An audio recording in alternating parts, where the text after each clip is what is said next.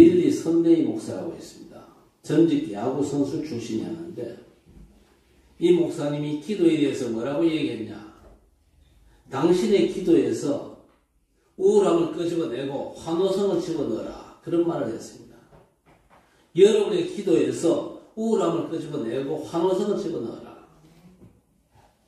성도들의 많은 기도가 감사하는 환호성의 기도보다는요, 뭔가 아쉽고 모자란다.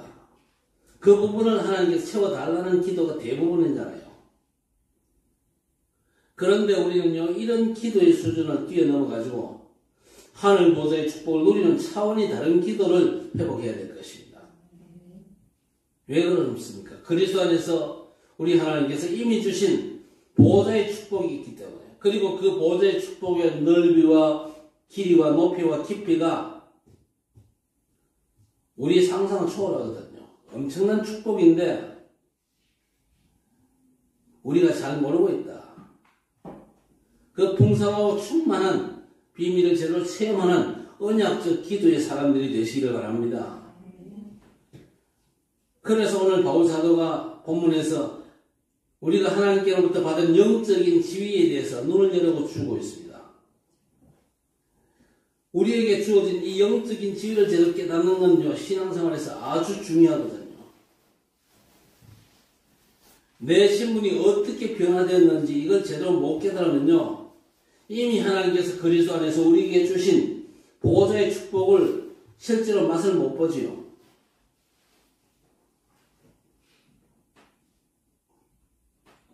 그래서 바울 사도는요, 우리의 변화된 신분, 그리스도 안에서 변화된 신분이 뭐냐? 선한 일을 위하여 지으심을 받은 자라. 그 사실을 강조하고 있습니다. 그냥 대충 밥 먹고 살다가 세상 떠나 천국 가는 게 우리에게 주신 신분의 비밀이 아니다. 그 말입니다. 선한 일을 위하여 지으심을 받은 자다. 남보다 조금 착하고 좀 더 모범적이고 그런 삶도 아닙니다. 하나님이 기뻐하시는 선한 일이 따로 있어요. 그것 때문에 우리를 지으셨다.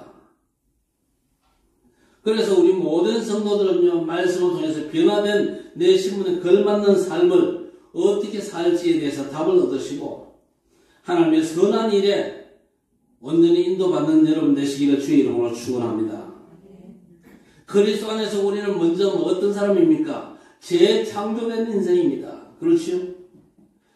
예수 그리스도로 말미암아 우리가요, 재창조함을 입었어요. 그 사실을 바울 사도는 고린도후서 5장 10절에 뭐라고 표현합니까? 그리스도 안에서 새로운 피조물로 변화를 입었다 그랬습니다.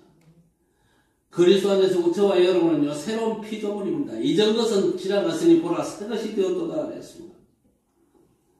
그런데 원래 우리가 어떤 존재였습니까? 영적으로 완전 죽었던 존재였습니다. 그렇지요? 오늘 1절에 뭐라고 했습니까? 우리의 과거가 허물과 죄로 죽었던 상태라 그렇게 말씀하고 있습니다. 죽었던 상태, 영적으로 죽어 있었다 그 말이죠. 여러분, 육체의 죽음은 뭡니까? 육체가 영혼으로부터 분리되는 게 육체의 죽음 아닙니까? 그런데 영적인 죽음은요, 생명의 근원 대신 우리 하나님과 분리된 상태가 영적인 죽음을 말하는 것입니다. 허물과 죄로 죽었던 너희 그랬거든요. 이 허물은요, 하지 말아야 될 일을 하는 것을 가리킵니다. 그리고 죄가 뭡니까? 화살이 관역을 제대로 맞추지 못하고 빗나갔다 그런 뜻입니다. 해야 할 일이 있는데 하지 못하는 것이 죄죠. 그러니까 이 허물과 죄가 뭐냐? 하나님께서 원래 우리 인간에게 주셨던 영적 질서에서 벗어난 걸 의미하는 것입니다. 하나님 앞에서 하지 말아야 될 일을 하고 해야 될 일은 하지 않는 그런 행동을 인간이 했죠. 지금도 사람들이 그 짓을 반복하고 있다 그 말입니다. 그런데 이 일을 제일 먼저 한 사람은 누굽니까? 아담 아닙니까? 그런데 아담의 후손된 모든 인류가 싹 다 이 속에 빠져 있음을 말씀하고 있습니다. 범죄한 순간부터 죄인된 우리 인간은요, 거룩하신 하나님과 함께할 수 없게 되었습니다. 하나님을 떠나게 된 것이죠. 이렇게 하나님과 분리된 것이 바로 영적으로 죽어있는 상태입니다. 오늘 바울 사도는요, 이런 영적 상태에 빠져있는 삶의 모습을 아주 구체적으로 설명하고 있습니다. 바울 사도는요, 영적으로 죽어있는 상태에 있는 자의 특징을 세 가지로 설명을 하고 있습니다. 첫째 뭡니까? 세상 풍조를 따르는 삶을 산다는 것입니다. 세상 풍조를 따르는 삶을 살아요. 하나님을 떠난 인간은요, 자연스럽게 세상 풍조를 따르게 되어 있습니다. 그래서 하나님의 말씀이 기준된 삶이 아니고 세상의 가치관, 세상 문화를 사랑하고 그것조차 살게 되는 것이죠. 세상과 세상의 것들을 사랑하는 삶을 산다 그 말입니다. 그게 오늘 대부분의 불신자들의 삶이고 많은 신자들도 그 불신자들의 삶을 자연스럽게 쫓아가고 있습니다. 둘째는요, 공중권세자 자 곧 사단 마귀의 종로로 하며 살아간다는 겁니다. 사단 마귀의 종로로. 그 증거가 뭡니까? 우상숭배하는 거잖아요. 하나님을 섬기는 대신에 하나님의 피조물들을 열심히 숭배하고 있습니다. 달 보고 절하고 태양 보고 절하고 나무 밑에 가서 빌고 그리고 바위 밑에 가서 빌고 무당 찾아가고 점쟁이 찾아가고 하나님이 원하지 않는 우상 숭배를 열심히 하며 살아가고 있습니다. 셋째는요, 육체의 욕심을 따라 산다는 겁니다. 육체의 욕심을 따라 산대요. 그럴 수밖에 없죠. 창세기 6장 3절에 보세요. 사람이 육체가 됨이라 그랬습니다. 영적인 비밀을 놓쳐버리니까 육신적인 욕구를 따라 살 수밖에 없는 것이죠. 그래서 바울 사도는 이 세 가지를 요약하면서 모든 하나님을 떠난 인생들은 본질상 진노의 자리라 그렇게 말씀하고 있습니다. 근본적으로 하나님의 진노를 받아 영원한 멸망기로 갈 수밖에 없는 운명에 빠져버린 것이 하나님을 떠난 인간의 본질이고 이것이 과거 저와 여러분의 모습이었습니다. 이런 삶은요, 사단의 12가지 영적 흐름을 따라 갈 수밖에 없는 것입니다. 창세기 3장 사건 이후에 인간은요, 사나이 준 걸로 각인돼 가지고 12가지 네피림 전략이 인간의 속성이 되어버린 겁니다. 이건요, 하나님의 창조 원리와는 완전 다른 것이죠. 인간은요, 하나님의 형상대로 지음받았기 때문에 하나님과 소통이 되어야 되는데 오히려 사단을 비롯한 귀신들과 접신운동하는 것이 네피림 운동입니다. 그래서 프리메이슨, 유대인, 그리고 뉴에이지 3단체가 명상 같은 거 가지고 전 세계로 확산을 시키고 있잖아요. 이런 사단이 12가지 영적 흐름을 세 분류로 나눌 수가 있죠. 먼저 사람 중심의 생각인 창세기 3장 자기 중심입니다. 나 중심이죠. 그리고 창세기 6장은 물질 중심입니다. 그리고 11장은요, 성공 중심의 삶을 말하는 것이죠. 그리고 두 번째 우리를 혹하게 하는 사도행전 13장의 무속과 16장의 점술과 19장의 우상문화입니다. 하나님 섬기지 못하는 사람들은 싹 다 이쪽으로 다 몰려가고 있습니다. 마지막으로 우리의 눈을 어둡게 만드는 불신자 상태. 뭡니까? 근본 문제, 영적 문제, 정신 문제, 육신 문제, 내세 문제, 후대 문제. 이렇게 12가지가 인간을 영원한 멸망기로 빠지게 만드는 사단의 영적 흐름이거든요. 그런데 이 흐름은요, 범죄한 인간 스스로는 절대 빠져나올 수가 없습니다. 깨닫지도 못하죠. 마치 늪에 빠진 것처럼 뭔가를 하면 할수록 더 심한 상태에 빠져들게 되는 것입니다. 그래서 영적으로 보세요. 인간의 삶이라는 것이 너무나 모순된 상태에 빠져 있잖아요. 여러분, 무당이나 점쟁이가 어떤 인간입니까? 자기 문제로 스스로 해결 못하는 그런 사람들 아닙니까? 그런 무당이나 점쟁이들한테 가서 답을 달라는데 그들이 주는 게 답이 됩니까? 더 심각한 상태로 빠질 수밖에 없는 겁니다. 문제를 해결했다 싶으면요, 또 다른 문제가 발생하는 것이죠. 그게 하나님이 떠난 인간들의 삶의 모습입니다. 자, 이런 상태에 빠져있던 우리에게 극적인 반전이 일어난 것입니다. 그 극적인 반전의 내용이 뭡니까? 전적인 하나님의 은혜로 주어진 재창조 인생이라는 거죠. 오늘 4절에서 6절까지 뭐라고 그랬습니까? 긍휼이 풍성하신 하나님이 우리를 사랑하신 그 그 큰 사랑을 인하여 허물로 죽은 우리를 그리스도와 함께 살리셨고 너희는 은혜로 구원을 받은 것이라. 또 함께 일으키사 그리스도 예수 안에서 함께 하늘에 앉히시니 그랬습니다. 긍휼이 풍성하신 하나님께서 우리를 사랑하셨습니다. 그래서 하나님의 구원자 예수 그리스도 안에서 다시 살 수 있는 길을 주셨습니다. 하나님과의 관계를 회복할 수 있는 온전한 길을 우리에게 열어주셨다 그 말이죠. 그래서 바울사도는 그 과정을요, 그리스도와 함께 우리를 살리셨고 함께 일으키셨고 함께 하늘에 앉히셨다 그렇게 말하고 있습니다. 예수 그리스도의 십자가 대속과 부활 승천의 놀라운 영적인 축복을 얘기하는 거죠. 이 영적인 축복으로 말미암아 이전과는 전혀 다른 새로운 존재, 새로운 신분으로 재창조된 것입니다. 그것도 우리 인간의 어떤 노력이 더해진 것이 아닙니다. 전적인 하나님의 은혜로 주어진 것이죠. 전적인 하나님의 은혜입니다. 그래서 오늘 8절에 지극히 풍성한 하나님의 은혜죠. 너희는 그 은혜에 의하여 믿음으로 말미암아 구원을 받았으니 이것은 너희에게서 난 것이 아니요 하나님의 선물이라고 했습니다. 하나님의 전적인 은혜의 선물로 우리가 구원을 받게 된 것입니다.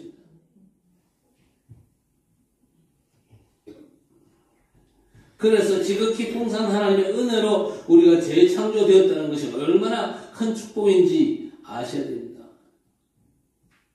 이 은혜의 축복을 우리가 아느냐 모르느냐 거기에 따라 가지고 그 사람의 삶은요 천양지차로 달라지게 되어 있습니다. 탈북자가 한국에 정착을 하지요. 정착하고 주민등록증을 받습니다. 그리고 해외에 나가기 위해서는 여권도 발급받습니다. 우리는 주민등록증 여권 받으면서 당연하지 않냐 그렇게 생각하는데 탈북민들은요 목숨 걸고 탈북했잖아요.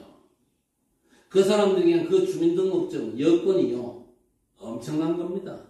또 대한민국 여권은요 여권 파워가 세계에서 5손가락 안에 꼽힙니다. 대한민국 여권 가지고 가지 못할 나라는요 아마 북한밖에 없어요. 중국도 비자를 받으면 중국도 여행 갈 수 있습니다. 그만큼 대한민국 여권 파워가 대단하거든요. 그래서 탈북자들이 대한민국 여권을 받고는요 그 여권 파워를 확인하기 위해서 일부러 그저 해외여행 가고 그러잖아요. 다른 나라는 막 줄도 서고 막 이렇게 묻기도 많이 묻고 하는데 대한민국 여권 딱 보이면요 그냥 도장 찍어서 나가라 그러거든요. 그러니까 지난주 제가 필리핀 가면서도요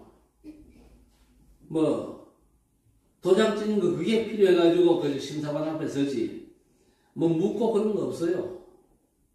대한민국 여권 딱 주면요 그냥 보고만 도장 찍고 내보냅니다. 그만큼 대한민국 여권 파워가 대단하거든요. 그런데 대한민국 여권 파워보다 훨씬 더 강력한 게 뭡니까? 천국 시민권입니다. 믿으시기 바랍니다. 천국 시민권.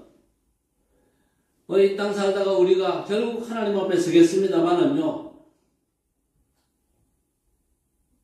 그보다 더 중요한 게 뭡니까? 이 땅에 우리가 복음 가진 전도자로서 세계 복음화의 사람으로서 이 땅에 살아가면서 하늘 보좌의 축복을 제대로 누려야 됩니다. 그 때문에 우리에게 엄청난 하늘나라 시민권을 우리에게 주신 것입니다. 그 시민권을 보통으로 생각하면 곤란합니다.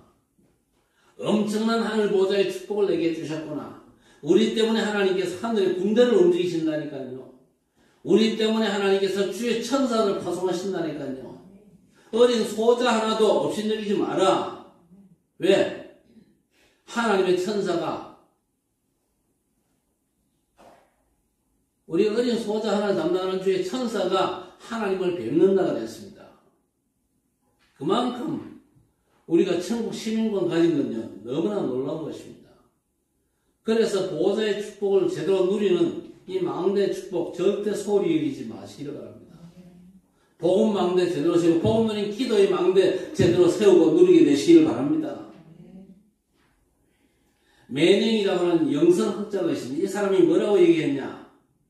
오늘날 그리스도인들이 은혜를 많이 말하고 있지만 사실상 은혜를 부인하고 있다는 겁니다. 말로는 은혜를 말하지만 삶으로는 은혜를 멀리 한다고 그랬습니다.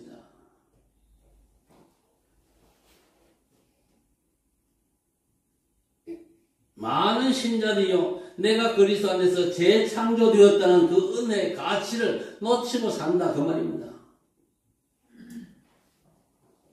우리가 재창조 인생을 살게 된 건요, 예수께서 십자가 대속이라고 하는 값으로 환산할 수 없는 엄청난 대가를 치르셨기 때문에 우리에게 주어진 것이거든요. 그래서 우리 모든 성도들이 이 놀라운 구원의 은혜 그 가치를 24시 누리고 감사하면서 영적인 성장의 자리로 나아가시기를 주의 이름으로 축복합니다. 그야말로 이 엄청난 보좌의 축복을 24 이 땅에서 누리면서, 그렇죠? 보좌의 축복을 내가 지금 누리지 못하면 우리가 불신자 앞에 증인으로 설 수가 없습니다. 보좌의 축복을 왜 주셨냐? 하나님께서 기대하시는 걸작품 인생으로 우리를 만드시기 위해서 우리에게 그리스도 안에서 이 어마어마한 축복을 주신 겁니다. 그래서 바울 사도는요, 하나님의 전적인 은혜로 신분이 바뀌어진 축복받은 우리가 얼마나 소중한 존재인가 깨닫고 하나님이 원하시는 삶을 살아야 한다는 걸 강조하고 있습니다. 그래서 우리가 하나님께서 만드신 존재임을 먼저 언급을 하고 있습니다. 10절에 뭐라고 그랬습니까? 우리는 그가 만드신 바라 그랬습니다. 우리는 그가 만드신 바라.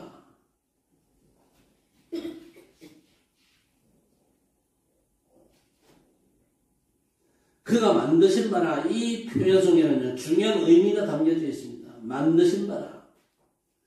원어로 보면요, 포이에마 하는데 작품이라는 뜻입니다. 우주 만물이 다 하나님의 작품이지 않습니까? 그 중에 가장 아름답고 가치가 있는 그 작품이 바로 그리스도 안에 재창조된 저와 여러분 하나님의 자녀들이다 그 말입니다. 여러분의 가치가 어느 정도냐 한번 받아봅시다. 나는 하나님의 그 작품이다. 믿으시기 바랍니다. 그리스도 안에서 나를 하나님께서 그 작품으로 만드시는 중입니다. 하나님 날 빚어 정말 하나님께서 기뻐하시는 그 작품 인생 되게 하옵소서 기도하시기를 바랍니다. 그래서 여러분 자신이 얼마나 가치 있는 존재인지 느껴지십니까? 우리가 하나님의 그 작품이라면요, 우리가 예배드리는 이곳은 바로 하나님의 작품 전시회가 진행되는 전시장이 되는 거잖아요. 그렇죠? 하나님의 전시장에 우리가 왔다면요, 어떻게 앉아 계셔야 되겠습니까? 세상 오만 짐을 다 지고 있는 것 같은 모습으로 와서 앉아있으면 곤란하겠죠. 누가 와서 봐도, 불신자가 와서 봐도, 야, 정말로 하나님의 그 작품들이 다 모여있구나. 이렇게 평할 수 있을 만큼 여러분 인생이 하나님 앞에 그 작품 인생 되시기를 바랍니다. 그렇게 날마다 빚어 만들어 가시는 여러분 되시기를 바랍니다. 정말로 나를 구원하신 그 놀라운 하나님의 은혜와 사랑이 감격하고 감사하는 모습이 흘러 넘쳐야 되지 않겠습니까? 우리가 하나님의 그 작품이라는 영적 절대 가치의식을 여러분이 갖게 된다면요, 다른 사람 말 한마디에 힘들어하지 않게 될 것입니다. 보통 다른 사람이 내게 대해서 이런저런 말을 하면요, 쉽게 상처받고 쉽게 다른 생각을 하잖아요. 비교의식도 갖고 그러는데, 내가 하나님의 그 작품이다 그러면요, 모든 비교의식으로부터 자유로워집니다. 또 세상의 서론적인 것에도 절대 매이지 않게 되겠지요. 그러면요, 자연스럽게 본론을 향해서 인생 방향을 잡고 도전하는 자리로 나아가게 되는 것입니다. 자, 그러면서 오늘 바울 사도는요, 우리를 하나님의 그 작품으로 만드신 이유를 설명을 하고 있습니다. 우리는 하나님의 선한 일을 행하도록 지으심을 받았습니다. 그렇죠? 하나님의 선한 뭔가 계획이 있다 그 말이죠. 예술가가 작품을 만들 때 아무렇게나 만듭니까? 작품을 만들 때 분명한 어떤 의도를 가지고 만들잖아요. 하나님께서도 죄와 허물로 죽었던 우리를 그리스도 안에서 재창조하실 때 분명한 목적을 거기에 담아주셨습니다. 그 목적이 뭡니까? 하나님의 선한 일을 감당하도록. 그렇죠. 하나님의 선한 일이 뭡니까? 하나님의 선한 일은요, 그리스도 안에서 만물이 통일되게 하는 삶을 사는 것입니다. 통일된다. 그 말은요, 다시 머리가 되게 한다는 뜻입니다. 창세기 3장 이전에는 원래 그리스도가 머리가 되어 있던 상태였는데, 창세기 3장 범죄 사건으로 인해 가지고 하나님의 창조 질서가 깨졌거든요. 그 때문에 전적으로 타락한 우리 인간은 스스로 머리가 되고 주인 되어가지고 지 마음대로 사는 존재가 되어버렸습니다. 그런데 알고 보니까 그 배후에 누구의 역사가 있습니까? 사단이 배후에서 조종하잖아요. 사단이 조종하는 대로 종로로 사는 인생이 되어버렸다 그 말입니다. 이런 비정상 상태를 영적 정상 상태로 회복시킨 것이 하나님의 선한 일입니다. 그래서 예수 그리스도를 개인과 가정, 교회와 사회 다시 머리가 되게 하는 역할을 감당해야 될 천명과 사명과 소명이 우리에게 있는 것이죠. 그게 뭡니까? 전도와 선교입니다. 237 나라와 5천 종족 세계 복음의 미션을 우리가 감당해 가는 일입니다. 내가 옆 사람을 좀 도와주고 굶는 사람을 좀 먹이고 헐 걷는 사람을 좀 입히고 그 정도가 하나님이 기뻐하시는 선한 일이 아닙니다. 그 정도의 선한 일은요, 굳이 우리가 안 해도 불교인들도 할 수 있고 다른 종교인들은 얼마든지 할 수 있습니다. 그러나 구원받은 우리 하나님의 백성만이 할 수 있는 선한 일이 뭐냐? 내 삶의 주변에 그야말로 예수 그리스도 복음이 필요한 사람들 많잖아요. 복음만 전달하면요, 복음의 빛만 바라면 살아날 사람들이 많습니다. 살아날 정도가 아니고 그들도 그리스도의 제자로 우리와 함께 선한 일을 위해서 쓰임받을 수 있는 사람들이 주변에 많이 널려 있다니까요.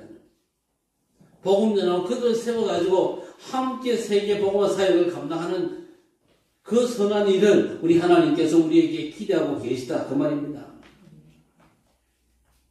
우리를 왜 부르셨냐 아셔야 됩니다. 세상 사람들처럼 먹고 마시고 대충 살다가 천국이나 가지. 천국 가는 건 신경도 쓰지 말라고 안 그랬습니까? 천국은 신경 안 써도 가게 되어 있습니다. 왜? 우리가 그리스도 안에 있기 때문에. 예수 안에 있잖아요. 예수 안에 있으면요, 지옥 가려고 해도 못 갑니다. 절대 못 가요. 천국, 당연히 천국 가는데 당연히 가는 그 천국만 바라보고 앉아있으면 됩니까? 하나님께서 우리에게 기대하는 그 선한 일. 그렇죠? 우리가 하나님께 회복되어졌으면요, 우리 말고 하나님께서 또 회복시킬 인생들이 있단 말입니다. 하나님이 직접 그들에게 간섭하시는 게 아니고 천사를 보내가지고 그 일을 하는 게 아니고 먼저 하나님의 백성들은 우리를 통해서 그 사람들을 살리기를 원하신다 그 말입니다. 당장 우리가 살고 이 칠곡과 대궐만 해도 하나님께서 살리기를 기뻐하시는 사람들이 여러분 삶의 주변에 널려있다니까요. 여러분 주위에 널려있어요. 여러분 직장에도 주위에 많고 여러분이 근무하는 회사, 학교, 관공서 널려있습니다. 여러분 이웃에도 구원받지 못하고 지금 멸망 상태에 빠져가지고 아직 지옥은 안 갔지만 지옥 같은 고통 속에서 어려움 당하고 있는 사람들이 많거든요. 그 사람들 살리는 것이 우리를 먼저 부르신 하나님의 일입니다. 그 일을 감당하는 게 선한 사역자들입니다.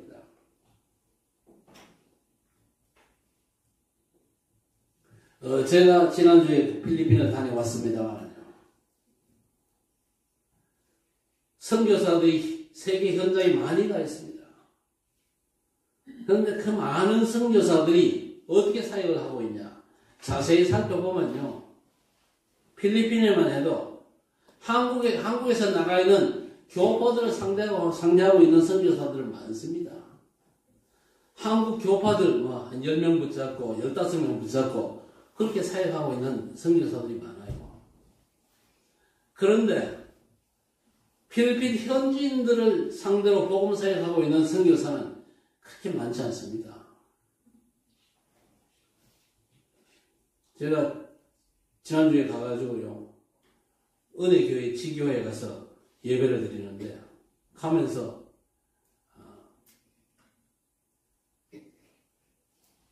오토바이를 개조해서 만든 트라이시클, 그걸 타고 골목길을 이제 헤쳐가는데 너무 힘들더라고요. 한 20분 정도 타고 가는데 너무 힘들고 수그리고 앉아있으니까 몸도 불편하고, 그러면서 어떤 생각을 했냐, 나는 이런 환경에서는 못 살겠다 싶은 생각이 딱 들더라고요. 제일 처음에. 그러면서 우리 마기원 선교사님 너무 존경스럽다 싶은 생각이 딱 들더라고요. 왜냐? 그분은요, 한국 사람을 상대 안 해요. 그분은 필리핀 현지인들을 상대합니다. 현지인들에게 복음 전해요. 현지인들을 살려요. 현지인들을 제자로 세우는 사역을 감당하고 있습니다. 물론 우리도 그분 사역을 돕다가 지금은 끊은 상태입니다만은요, 이번에 가서 얘기를 들어보니까 현지인들만 붙잡고 사역을 하니까 또 현지인들 후대를 붙잡고 사역을 하다 보니까 돈이 됩니까 안 됩니까? 돈이 안 돼요. 그 필리핀 우리보다 훨씬 더 못 삽니다. 원래는 우리보다 훨씬 더 잘 살았거든요. 6.25 사변 때 우리나라에 군대를 보내가지고 우리를 도왔던 그런 나라가 필리핀 아닙니까? 서울의 장충체육관, 그 누가 지어줬어요? 필리핀이 지어줬어요. 그런데 우리는 지금 세계 선진국이 되어 있는데, 여러분, 비행기 타고 나가보세요. 우리나라가 얼마나 잘 사는지. 여러분은요, 국내에 살고 있으니까 몰라. 해외 나갔다 오면 우리나라가 얼마나 잘 사는지 확인됩니다. 필리핀 너무 못 살아요. 너무 못 살아. 그러니까 필리핀이 그 애들이 예배당에 소복이 모여 있는데 헌금이 됩니까? 안 돼요. 미국도 헌금 안 해요. 유럽도 헌금 안 해요. 미국에 헌금 1달러 헌금하는데 1달러 얼마입니까? 1,000원 아닙니까? 1,000원 헌금해가지고 어떻게 교회를 살립니까? 그래서 그저 필리핀 선교를 다시 생각을 좀 해야 되지 않겠냐. 우리가 필리핀을 위해서도 진짜 제대로 좀 헌신을 해야 되지 않겠나. 그런 생각이 들어요. 우리가 인도를 잘 받아야 될 것 같아요. 한국 사람들을 상대로 하고 있는 선교사님들은 우리가 도울 이유가 없어요. 그러나 그 현지인들을 상대로 현지인들 사역하는 선교사님들은 아직은 우리가 도와야 되겠다. 왜냐?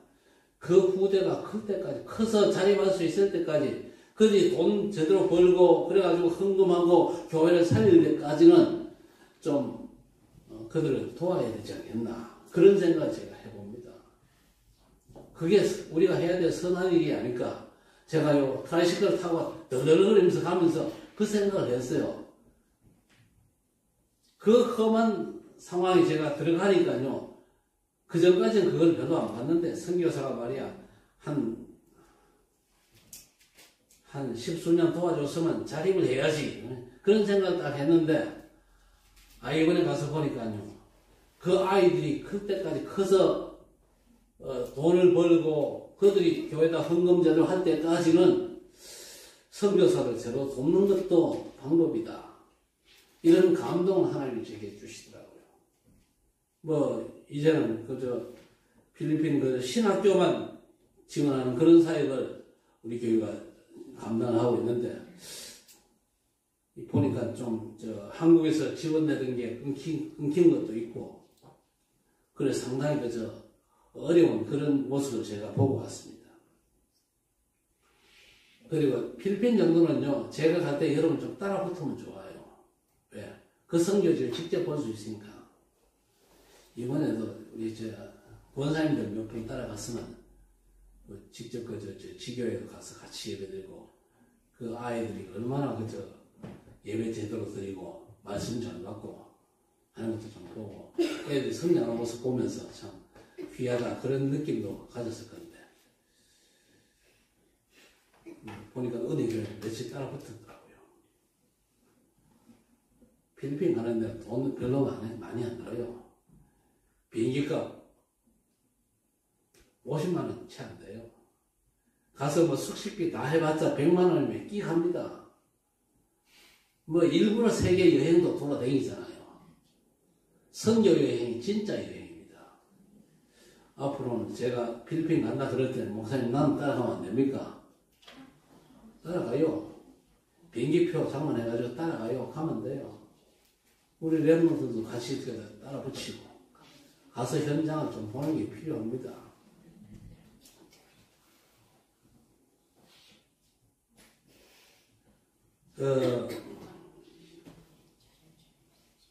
유엔 식량 농업 기구에 보고서가 나왔는데 기후 그리고 환경 변화 때문에 사막의 메뚜기 떼가 기승을 부린답니다. 그래서 너무 큰 피해를 준대요. 아니 손가락만한 그 메뚜기 떼가 어떻게 대륙을 이동하느냐 궁금하지 않습니까? 그 답이 어디 있을까요? 기류에 있습니다. 기류. 사막의 메뚜기 기류를 타고 하루 200km씩 이동을 한대요. 해발 2000m 고도까지 올라간다 그럽니다. 우리가 이 하나님의 선한 일을 위해서는요, 우리 힘과 수준 가지고는요, 절대 불가능합니다. 그래서 중요한 게 뭡니까? 성령의 역사, 그 바람을 타야 되는 거예요. 초대교회의 현장 변화도 성령의 역사였지 않습니까? 마가다락방에 불같은 바람 같은 성령의 역사가 임했습니다. 그 이후에 제자들은요, 놀라운 현장 변화의 주역이 되었습니다. 성령의 놀라운 바람은 언제 봅니까? 삶의 모든 현장에서 생명살리는 유일성의 복음을 선포할 때에 성령의 바람은 불게 되는 것입니다. 성령의 바람이 언제나 부는 게 아니거든요. 우리가 하나님이 원하시는 복음 사역을 감당할 때에 성령의 효리 같은 바람들이 부는 겁니다. 그래서 우리 모든 성도가 삶의 전 현장에서 생명 살리는 하나님의 선한 일을 행하시길 바랍니다. 그때 불기 시작하는 성령의 바람을 타고 237 세계복음화의 현장으로 지경을 넓혀가는 그리스도의 절대 제자로 응답받게 되시기를 주의 이름으로 간절히 축원합니다. 하나님 아버지 감사합니다. 우리를 그리스도 안에서 구원하시고 그야말로 하나님의 선하신 일을 위해서 우리를 재창조하시고 너무너무 감사를 드립니다. 풍성한 하나님의 은혜는 내가 그리스도 안에 재창조되었다는 가치를 24시 누리고 감사하며 영적인 서비스의 자리로 올라설 수 있도록 하나님 역사해 주시고 우리에게 주신 전도와 선교의 주도권을 놓치지 않고 그야말로 걸작품 인생 만드시기를 기뻐하시는 하나님의 뜻이 우리의 삶에 펼쳐질 수 있도록 우리를 인도해 주시옵소서. 237 모든 선교 현장을 위해서 기도하면서 그 선교 현장에 진정한 제자들이 일어날 수 있도록 기도하면서 하나님의 인도받는 하나님의 계획을 감당하는 선한 뜻을 감당하는 하나님의 백성들이 되게 해 주옵소서. 예수님의 이름으로 간절히 기도드리옵나이다. 아멘.